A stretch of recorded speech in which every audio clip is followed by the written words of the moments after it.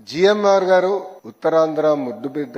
ఇక్కడనే జన్మించి ఒక మధ్యతరగతి కుటుంబానికి జన్మించి 10th క్లాస్ ఫెయిల్ అయిన వారు. అప్పుడు వాళ్ళ ఇంట్లో లేదు బాగా చదవాలని తోమితే తిరిగి మళ్ళీ వెళ్ళి మాన్సాస్ లోనే 11th 12th క్లాస్ చదివి ఈ రోజు దేశానికే కాదు ప్రపంచంలోనే ఒక అతిపెద్ద పారిశ్రామికవేత్తగా మారిన వ్యక్తి జిఎంఆర్ గారు.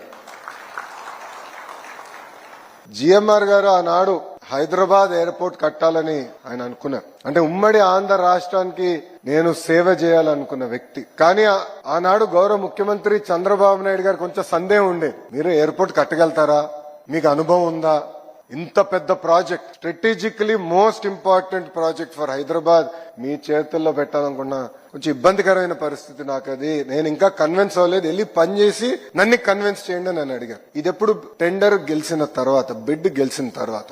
అప్పుడు జిఎంఆర్ గారు ప్రపంచం మొత్తం తిరిగి ఏకంగా జేవీలు ఏర్పాటు చేసుకుని ఇక్కడికి వచ్చి చంద్రబాబు నాయుడు గారిని కన్విన్స్ చేసి లేదు మేము కట్టగలుగుతాం, కేవలం భారతదేశంలోనే కాదు ప్రపంచంలో ఒక నంబర్ 1 ఎయిర్పోర్ట్ మేము హైదరాబాద్ లో కట్టి తీరుతామని ఒక పట్టుదలతో కట్టి ఈ రోజు తెలంగాణ జీడీపీకి సుమారు 12% కాంట్రిబ్యూషన్ చేస్తుంది హైదరాబాద్ జిఎంఆర్ ఎయిర్పోర్ట్.